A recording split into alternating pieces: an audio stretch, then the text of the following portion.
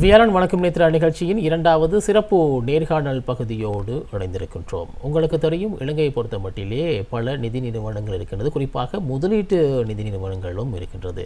இன்றைய தினம் ஒரு நிதி நிறுவனத்திலிருந்து 2 அதிதிகள் வருகை தந்திருக்கின்றார்கள். முதலீட்டு நிதி நிறுவனத்தினுடைய செயற்பாட்டுத்துறை தலைவர், அதே போன்று வியாபார அபிவிருத்தி சேவை உத்தியோகத்தர் இருவர் வந்திருக்கின்றார்கள்.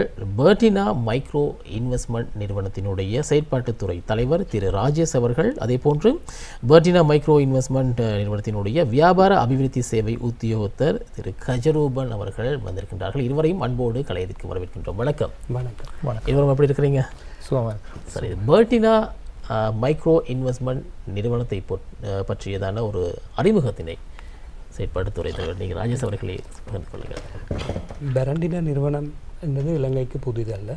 கிட்டத்தட்ட 35 வருடத்துக்கு மேலதிகமான வரலாறு எங்களுக்கு இருக்கிறது. பெரண்டினா அம்மையார் நெதர்லாந்திலிருந்து இலங்கைக்கு வந்து இலங்கையில் இருக்கிற வறிய மக்களுக்கு உதவி செய்யணும் என்ற நோக்கத்தின் அடிப்படையில் அவருடைய சொந்த நிதியை பயன்படுத்தி இந்த நிறுவனத்தை வந்து ஆரம்பிக்கிறார். பிறகு அவருடைய மறைவுக்கு பிறகு இதை வந்து ஒரு நிறுவனமாக அந்த காலத்தில் இருக்கிற தலைவர்கள் பரிமாற்றம் செய்திருக்கிறாங்க. கிட்டத்தட்ட 20 வருடத்துக்கு மேலதிகமாக நாங்கள் நுண்ணிதித்துறையில் செயற்பட்டு வருகிறோம். நிறுவனம் வந்து 2016ஆம் ஆண்டு நுண்ணிதி சட்டத்தின் கீழ் 6ஆம் இலக்க சட்டத்தின் கீழ் இலங்கை மத்திய வங்கியால் முதலாவதாக ஆரம்பிக்கப்பட்ட நிறுவனமாக இருக்கு. ஸோ எங்களுக்கு ஒரு பெருமையும் இருக்கிறது. இலங்கையில் முதலாவது சட்ட ரீதியில் பதிவு செய்யப்பட்ட இலங்கை வங்கியால் அங்கீகரிக்கப்பட்ட என்ற நிறுவனம் என்ற பெருமையும் இருக்கிறது. அதனோடு எங்களுடைய ஒரே நோக்கம் பிரதான நோக்கம் வறுமையை இல்லாதொழிப்பதற்கான சேவைகளை இலங்கை மக்களுக்கு வழங்குவது. இலங்கையை பொறுத்த மட்டிலே சுமார் 10 வருடங்களுக்கும் அதிகமாக உங்களுடைய சேவையினை வழங்கிக் கொண்டிருக்கின்றீர்கள் ஒரு முதலீட்டு நிறுவனமாக. பெர்டினா மைக்ரோ இன்வெஸ்ட்மெண்ட் நிறுவனத்தினுடைய செயற்பாடுகள் எந்த அளவில் இருக்கின்றது? உங்களுடைய இந்த நிறுவனத்தினுடைய முன்னேற்றங்களும் கூட எங்களோடு நீங்கள் பகிர்ந்து கொள்ளலாம். நான் ஏற்கனவே குறிப்பிட்டது போல கிட்டத்தட்ட 3 தசாப்தங்களுக்கு மேலாக எங்களுடைய நிறுவனம் வேறு வழிகளில் செயற்பட்டிருந்தாலும் எமது செயற்பாடுகளை வந்து நாங்கள் 2 பிரதான நிறுவனங்களின் ஊடாக எடுத்து சென்று கொண்டிருக்கிறோம். ஒன்று வந்து பெரண்டினா அபிவிருத்தி நிறுவனம். இது முழுமையாக வறிய நிலையில் இருக்கிற விளிம்பு நிலையில் இருக்கிற மக்களுக்கு சேவைகளை நலத்திட்டங்களை வழங்குவதற்காக ஒரு அரசு சார்பற்ற நிறுவனமாக இயங்கி வருகின்ற அதே சந்தர்ப்பத்தில் பெரண்டினா மைக்ரோ இன்வெஸ்ட்மெண்ட்ஸ் கம்பெனி என்று சொல்கிற நுண்முதலீட்டு நிறுவனம் வறிய மக்கள், கிராமங்களில் இருக்கிற வறிய மக்கள், அதாவது இலங்கை சனத்தொகை புள்ளிவிபரவியல் திணைக்களத்தின் அடிப்படையில் வறிய மாவட்டங்களாக அடையாளப்படுத்தப்பட்ட மாவட்டங்களில் கிராமப்புறங்களில் எங்களுடைய சேவைகளை செய்து கொண்டு வரோம். அதில் இலங்கையில் கிட்டத்தட்ட 25 மாவட்டங்களில் 13 மாவட்டங்களில் பாதிக்கும் மேற்பட்ட மாவட்டங்களில் எங்களுடைய சேவையை வழங்குகிறோம். இந்த நிறுவனம் 35 கிளைகளை கொண்டிருக்கின்றது. 35 கிளைகளில் 500க்கும் அதிகமான உத்தியோகத்தர்கள், 1 லட்சத்துக்கும் அதிகமான வாடிக்கையாளர்கள் என்ற அடிப்படையில் எங்களுடைய சேவைகளை நாங்கள் வழங்கி வந்து கொண்டிருக்கிறோம். உண்மையில் அடுத்த கேள்வி எங்களுடைய வியாபார அபிவிருத்தி உத்தியோகத்தர் திரு கஜரூபன் அவர்களிடம், உங்களுடைய இந்த பெரண்டினா மைக்ரோ இன்வெஸ்ட்மெண்ட் நிறுவனத்தினுடைய சேவைகள், மக்களுக்கு வழங்கப்படுகின்ற சேவைகள், அதனோடு தொடர்புடைய நன்மைகளையும் நீங்கள் பகிர்ந்து கொள்ளுங்கள். சேவைகள் என்று சொன்னால் எங்களுடைய பெரண்டினா நிறுவனம் வந்து பெருமையாக சொல்லிக்கொள்ளலாம், இலங்கையிலேயே இருக்கின்ற நிதி நிறுவனங்களுக்குள் குறைந்த வட்டியை வழங்குகிற நிறுவனமாக எங்களுடைய நிறுவனம் இருக்குது. அது ஒன்று. அதற்கு அடுத்ததாக பிஎஸ்எஸ் ஸ்காலர்ஷிப் என்று சொல்லி எங்களுடைய பயனாளர்கள பிள்ளைகள் அவங்க வந்து ஓ லெவலில் ஒரு சிறந்த தேர்ச்சியை பெற்றிருக்கின்ற சந்தர்ப்பத்தில் அவர்களுடைய கல்வியை மேம்படுத்துவதற்கான ஊக்கத்தொகைகளை வழங்கி வைக்கின்ற செயற்பாடுகளாக இருக்கட்டும். அதனூடாக கிட்டத்தட்ட எக்கச்சக்கமான மாணவர்கள் பயனடைந்து கொண்டிருக்கிறார்கள். அவர்கள் இதன் மூலம் தங்களுடைய கல்விக்கான ஒரு உதவியை பெற்று முன்னேறி கொண்டிருக்கிறாங்க. இதை தொடர்ந்து எங்களுடைய நிறுவனம் செய்து வருது. அதனை தாண்டி வெறுமனை கடன் வழங்குவதோடு அல்லாது அந்த கடனை பெறுகின்ற வாடிக்கையாளர்கள் கிட்டத்தட்ட 60% மேலதிகமானவர்கள் தங்களுடைய வியாபார தொழில் முயற்சிகளுக்காகத்தான் இந்த கடனை பெறுகிறார்கள். அப்படி கடனை பெறுகின்றவர்களுக்கு வெறுமனே கடனை வழங்கினதோடு அல்லாது ஒரு கடன் பெற்றதற்கு பிறகு அந்த கடனை எப்படி தங்களுடைய வியாபாரங்களில் அதை செலுத்தி ஒரு வியாபாரங்கள் என்னென்ன விஷயங்களை கையாண்டு மேலே வரணும் என்ற வியாபார அபிவிருத்தி சேவை என்ற ஒரு சேவையை வந்து தொடங்கி வழங்கி வருது. அதோடு கஷ்டமான சூழ்நிலைகள் கிட்டத்தட்ட எங்களுடைய நாட்டில் ஏற்பட்ட சில கோவிட் சந்தர்ப்பங்களில் மக்களுக்கான உதவிகள், அத்தோடு மாணவர்களுக்கான உதவிகள், அது மட்டும் இல்லாமல் அவர்களுடைய பிரெக்னன்ட் மதர்ஸுக்கான ஆண்மை காலங்களில் வழங்கி வைக்கப்பட்டது, பிரெக்னன்ட் மதர்ஸுக்கான உதவி பொருட்கள் என்பனவற்றையும் எங்களுடைய நிறுவனத்துக்காக வழங்கி வைத்திருக்கின்றது. இது தொடர்ச்சியாக செய்து வருகின்ற ஒரு சேவை. நான் நினைக்கின்றேன் ஏனைய நிறுவனங்களோடு ஒப்பிடும்போது பெரண்டினா நிறுவனம் தனித்துவமாக இவ்வாறான சேவைகளை வழங்கி வருவதில் முதன்மையானதாக திகழ்கின்றது.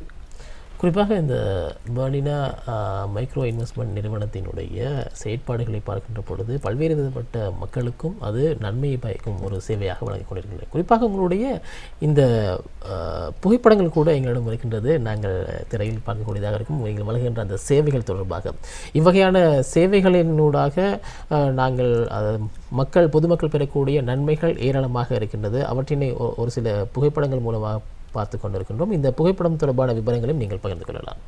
ஆம், இவை எங்களுடைய ஒரு வியாபார அபிவிருத்தி சேவை ஊடாக மக்களுக்கு, அதாவது எங்களுடைய கடன் பெற்ற பயனாளர்கள் அவர்களுக்கு நாங்கள் குழுவாக அவர்களுடைய வியாபார நோக்கங்களை அடைந்து கொள்வதற்கு, அவர்களுக்கு தடங்களாக இருக்கின்ற விடயங்களை அவர்கள் மேம்படுத்தி கொண்டு அடுத்த கட்டத்துக்கு தங்களுடைய வியாபாரங்களை முன்னேற்றுவதற்காக வியாபார அபிவிருத்தி பயிற்சி சேவையையும் தொடர்ந்து எங்களுடைய நிறுவனம் வழங்கி வருகின்றது. அதன் அடிப்படையில் ஒரு பயிற்சி சேவையை வழங்குகின்ற காட்சியை தான் நாங்கள் இங்கே அவதானித்துக் கொண்டிருக்கின்றோம். இவ்வாறான இந்த வியாபார நிகழ்வுகளுக்கு நீங்கள் ஆலோசனைகளை வழங்கி அவர்களை ஊக்குவிப்பதையும் தாண்டி அவர்களுக்கான விருதுகள் தொடர்பாகவும் ஒரு விடயத்தினை பகிர்ந்தீர்கள், அதையும் நீங்கள் பகிர்ந்து கொள்ளலாம். ஆம், இது எப்படி என்றால் கிட்டத்தட்ட 1 லட்சத்திற்கும் அதிகமான எங்களுடைய பயனாளர்கள் இருக்கிறார்கள். அவர்களில் 60,000 பேருக்கு மேற்பட்டவர்கள் வியாபார தேவைகளுக்காகத்தான் கூடுதலாக கடன்களை பெற்றுகிறார்கள்.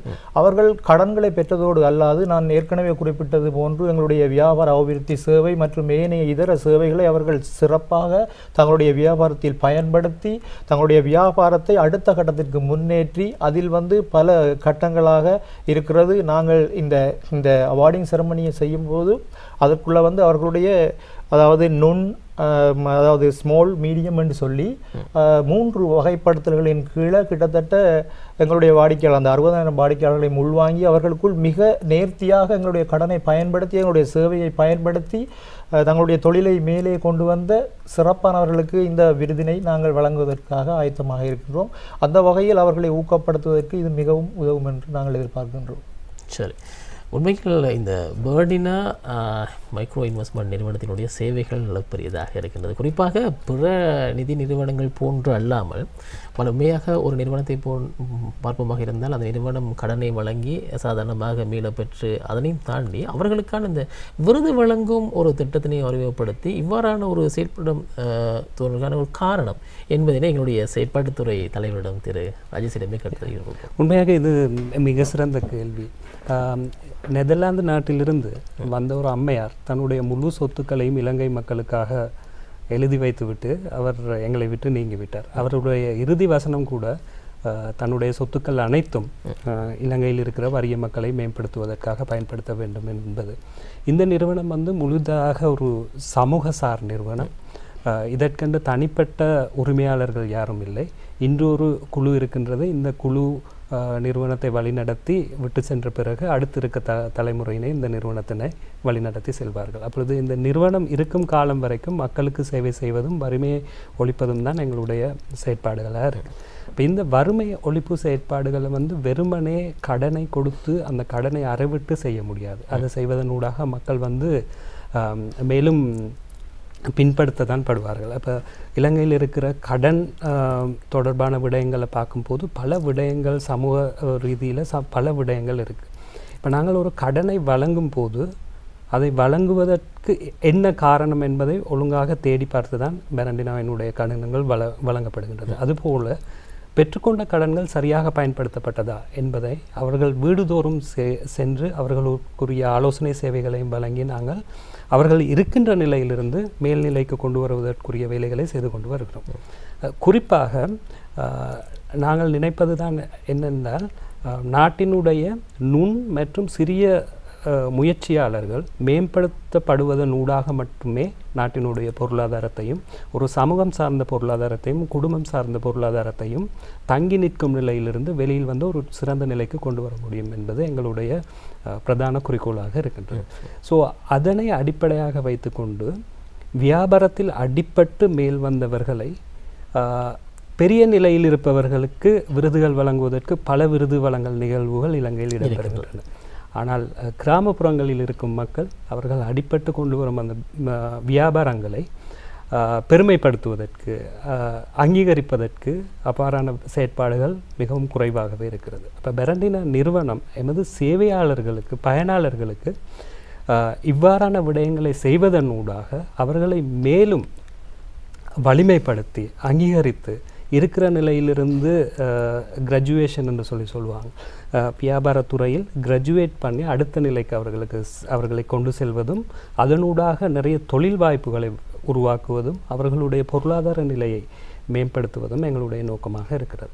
ஸோ அந்த அடிப்படையில் நாங்கள் இலங்கையில் இருக்கின்ற 120க்கு மேல் அதிகமான குழுவினரை நாளை கொழும்பிற்கு கொண்டு வந்து அவர்களுக்குரிய இந்த விருது வழங்கல் நிகழ்வினை நடத்துறதுக்கு இருக்கிறோம். ஸோ நிகழ்வுகள் தொடர்பாகவும் நாங்கள் சற்று விரிவாக பார்க்கலாம். உங்களுடைய இந்த பெரண்டினா மைக்ரோ இன்வெஸ்ட்மெண்ட் நிறுவனத்தினுடைய பல செயற்பாடுகள், அது மட்டும் இல்லாமல் எங்களிடம் சில புகைப்படங்களும் இருக்கின்றது. இது தொடர்பான விவரங்களையும் நீங்கள் எங்களுடைய ரசிகர்களுக்கு தெளிவுபடுத்தலாம். இது அண்மை காலமாக இலங்கையில் இருக்கிற வறிய வகுப்பிற்குட்பட்ட கீழ்நிலையில் இருக்கிற மக்களுக்குரிய கர்ப்பிணி தாய்மார்கள் கிட்டத்தட்ட 8,000 பேருக்கு நாங்கள் 20,000 ரூபாய் பெறுமதியான கர்ப்பிணி அந்த அதற்குரிய பொதிகளை வழங்கி வைக்கிற நிகழ்வுகள் இது. இலங்கை 13 மாவட்டங்களில் நாங்கள் இதை செய்து கொண்டிருக்கிறோம். பொதுவாக கர்ப்பிணிமார்களுக்கு வறியவர்களும் அல்லது வசதி படைத்தவர்களையும் தாண்டி அவர்களுக்கு தேவையான பல விடயங்களை பொதிகளினூடாக உதவித்தொகையாக வழங்குகின்றீர்கள். ஸோ இது வவுனியா மற்றது கிளிநொச்சி ஆகிய மாவட்டங்களில் செய்கிற சேவைகள். அதே போல் குறிப்பாக அந்த கர்ப்பிணி தாய்மார்களுக்கு வழங்கப்படுகின்ற அந்த பொதிகளில் என்னென்ன வகையான பொருட்களை உள்ளடங்கியதாக இருக்கிறது? இதில் பிரசவத்திற்கு செல்ல இருக்கும் தாய்மார்களுக்கு தேவையான வைத்தியசாலைக்கு செல்லும் போது எடுத்து செல்ல வேண்டிய அந்த பொருட்களும், அதே போல் புதிதாக பிரசவித்த அந்த சிசுவிற்குரிய அனைத்து பொருட்களும் அந்த சுகாதார வழிமுறைகளுக்கு ஏற்ற வகையில் தயாரிக்கப்பட்டு இந்த மக்களுக்கு வழங்கப்படுகிறது. உங்களுடைய பெரண்டினா மைக்ரோ இன்வெஸ்ட்மெண்ட் நிறுவனம் நாட்டில் பல்வேறு விதமான சேவைகளை வழங்கி கொண்டிருக்கின்றது. குறிப்பாக சிறு தொழில் முயற்சியாளர்கள் அவர்களையும் ஒரு வியாபாரியாக அங்கீகரித்து அவர்கள் அடிமட்டத்திலிருந்து படிப்படியாக மேலெழுந்து வருகின்ற பொழுது அவர்களுக்கான விருது வழங்கும் நிகழ்வொன்றினையும் வழங்கி அவர்களை ஊக்கப்படுத்துகின்றீர்கள். இவ்வாறான இந்த செயல்முறையின் மூலமாக நாட்டில் தொழில் முயற்சிகளை ஏற்படுத்துவதற்கு உங்களால் வழங்கக்கூடிய அந்த விளைவுகள், அதன் செயல்முறைகள் என்னவாக இருக்கின்றது? நான் ஏற்கனவே குறிப்பிட்டது போல இலங்கை போன்ற ஒரு நாட்டில் அபிவிருத்தி ஏற்பட வேண்டும் என்றால் முதலாவது மக்கள் தங்கி வாழும் எண்ணத்திலிருந்து வெளியில் வர வேண்டும். வெறுமனே இலங்கையை பொறுத்த வகையில் இது மிக சிறந்த நாடு. அனைத்து விடயங்களும் இலவசமாக வழங்கப்படுகின்றது. கல்வியாக இருக்கட்டும், சுகாதாரமாக இருக்கட்டும், அனைத்து விடயங்களும் இலவசமாக வழங்கப்படுகின்றது. இருப்பினும் வியாபாரத்துறையை பொறுத்த மட்டில் சிறந்த நிலைமையில் உற்பத்திகளை அதிகப்படுத்துவதனூடாக, சேவைகளை மக்களுக்கு வழங்குவதனூடாக ஒவ்வொரு குடும்பத்திலும் இருக்கும் மனித வளத்தை சரியான முறையில் நாம் பயன்படுத்துவோமாக இருந்தால் இலங்கையின் உற்பத்தித்துடன் அதே மாதிரி முயற்சியாளர்கள் என்று சொல்கிற அந்த வகுப்பினரை உருவாக்குவதன் ஊடாக மட்டுமே நாட்டினுடைய பொருளாதாரத்தினை எம்மால் கட்டியெழுப்ப கூடியதாக இருக்கும். குறிப்பாக வளர்ந்த நாடுகள் அதே மாதிரி வளர்ந்து வரும் நாடுகளில் எம்எஸ்எம்இ என்று சொல்கிற அந்த செக்மெண்ட் அந்த நாட்டினுடைய முதுகெலும்பாக, பொருளாதாரத்தின் முதுகெலும்பாக விளங்கும். இலங்கையை பொறுத்தளவிலும் பெரிய துறையில் இருக்கிறார்கள், வியாபாரங்கள் சிறப்பாக செய்து கொண்டிருக்கிறார்கள். இலங்கையினுடைய பொருளாதாரம் சீராக வளர்ந்து வருவதற்கு அவர்களும் ஒரு காரணம். ஸோ அந்த வகையில் கிராம மட்டத்தில் இருக்கின்ற மக்கள் வெறுமனே அரசாங்கத்துக்கோ அல்லது ஏனைய இடங்களிலேயோ தங்கி வாழும் நிலையினை விடுத்து தாமாக ஒரு தொழில் முயற்சியை உருவாக்கி அதனூடாக அவர்கள் தங்களுடைய வருமானத்தை பெருக்கிக் கொண்டு தங்களுடைய வாழ்நிலையை மேம்படுத்திக் கொள்வதும் அந்த சமூகத்துக்குரிய தொழில் வாய்ப்புகளை வழங்குவதும் செய்ய முடியுமாக இருந்தால் குறிப்பாக கிராமப்புறங்களில் எம்மால் மிகப்பெரிய மாற்றத்தை ஏற்படுத்த முடியும். அவ்வாறான அந்த சிறுதொழில் முயற்சிகளுக்கு உங்களுடைய பெரண்டினா மைக்ரோ இன்வெஸ்ட்மெண்ட் நிறுவனத்தினுடைய இந்த விருது வழங்கும் நிகழ்வு எப்போது நடைபெறவிருக்கின்றது, அந்த நேரம், இடம் போன்ற விவரங்களையும் நிகழ்ச்சியின் வாயிலாக நீங்கள் பகிர்ந்து கொள்ளலாம். ஓகே. ஸோ இந்த நிகழ்வு 2002ஆம் ஆண்டு முதலாவது நிகழ்வு நாங்கள் ஆரம்பித்தோம். ஸோ இது 9வது முறையாக இந்த விருதினை நாங்கள் விருது வழங்கும் நிகழ்வினை ஏற்பாடு செய்திருக்கிறோம். இந்த விருது வழங்கல் விழா நாளை கொழும்பில் நடைபெற இருக்கிறது. கொழும்பில் ஹோட்டல் ரமடாவில் 2:30 மணி தொடக்கம் 6 மணி வரை நாங்கள் இந்த நிகழ்வினை ஏற்பாடு செய்திருக்கிறோம். இந்த நிகழ்வுக்காக நெதர்லாந்திலிருந்து எங்களது தாய் நிறுவனத்தினுடைய 6 இயக்குனர்களும் அதே போல் இங்கு இருக்கின்ற இயக்குனர்களும் கிராமங்களிலிருந்து தேர்வு செய்யப்பட்டிருக்கின்ற சிறந்த தொழில் முயற்சியாளர்களும் அதே போல் அவர்களை வழிநடத்தி கொண்டிருக்கின்ற அந்த குழுமங்களினுடைய தலைவர்களும் ஒவ்வொரு பெரண்டினா கிளை நிறுவனத்தில் இருக்கின்ற முகாமையாளர்கள், வியாபார அபிவிருத்தி சேவை உத்தியோகத்தர்கள், ஏனைய அனைவரும் இந்த நிகழ்விற்கு பங்கு பெற்று இருக்கிறார்கள். அதே போல் எமக்கு உதவி வரும் ஏனைய நிறுவனங்கள், எம்முடைய ஆதரவாளர்கள், நாம் எம்முடன் இருக்கும் வங்கிகள் அனைவரும் இந்த நிகழ்வில் நாளை பங்கு பெற்று இருக்கிறார்கள். இந்த நிகழ்வு 9வது தடவையாக நடைபெற இருக்கின்றது. இந்த நிகழ்வினூடாக நாட்டில் மிகப்பெரிய மாற்றத்தை ஏற்படுத்துவதற்கு நாங்கள் முயற்சி செய்கிறோம். காரணம், நுண்ணிதிரை துறையில் இருக்கின்ற ஏனைய நிறுவனங்களும் இது போன்ற விடயங்களை செய்யுமாக இருந்தால், வெறுமனை லாபத்தை மட்டும் நோக்காக கொள்ளாமல் இது போன்ற விடயங்களை செய்யுமாக இருந்தால் எங்களுடைய சமூகத்தை எங்களால் கட்டியெழுப்பக்கூடியதாக இருக்கும். நிச்சயமாக உங்களுடைய இந்த பெரண்டினா மைக்ரோ இன்வெஸ்ட்மெண்ட் நிறுவனம் மென்மேலும் வளர வேண்டும், உங்களுடைய சேவைகள் விஸ்தரிக்கப்பட்டு அடிநிலை வியாபாரிகளுக்கும் இவ்வாறான உதவிகளை சேவைகளை வழங்க வேண்டும் என்று நாங்களும் வாழ்த்திக் கொள்கிறோம். இன்றைய தினம் எங்களோடு இணைந்திருந்தார்கள் பெரண்டினா மைக்ரோ இன்வெஸ்ட்மெண்ட் நிறுவனத்தினுடைய செயற்பாட்டுத்துறை தலைவர் திரு ராஜேஷ், அதே போன்று வியாபார அபிவிருத்தி சேவை உத்தியோகத்தர் திரு கஜரூபன் அவர்கள் எங்களோடு இணைந்திருந்தார்கள். இந்த பெரண்டினா மைக்ரோ இன்வெஸ்ட்மெண்ட் நிறுவனத்தினுடைய பல சேவைகள் தொடர்பாகவும் உங்களோடு பகிர்ந்தார்கள். அவர்களுக்கு எங்களுடைய நிகழ்ச்சியின் தயாரிப்பாளர் சார்பாகவும் அலைவரிசை சார்பாகவும் மனமார்ந்த நன்றிகளையும் வாழ்த்துக்களையும் தெரிவித்துக் கொள்கின்றோம். நன்றி இருவரும். நன்றி. நன்றி. சரி ரசிகர்களே, வியாழன் வணக்கம் நேத்ரா நிகழ்ச்சியில் வந்த அனைத்து அம்சங்களும் உங்களுக்கு பிடித்திருக்கும் என்று நம்புகின்றோம். அந்த வகையில் இன்றைய நிகழ்ச்சியின் தயாரிப்பாளர்கள் மா கேசவன் மற்றும் தனஞ்சன் இருவருக்கும் நன்றிகளை கூறிக்கொண்டு மற்றும் ஒரு நிகழ்ச்சியில் உங்கள் அனைவரையும் சந்திக்கின்றேன். நன்றி, வணக்கம்.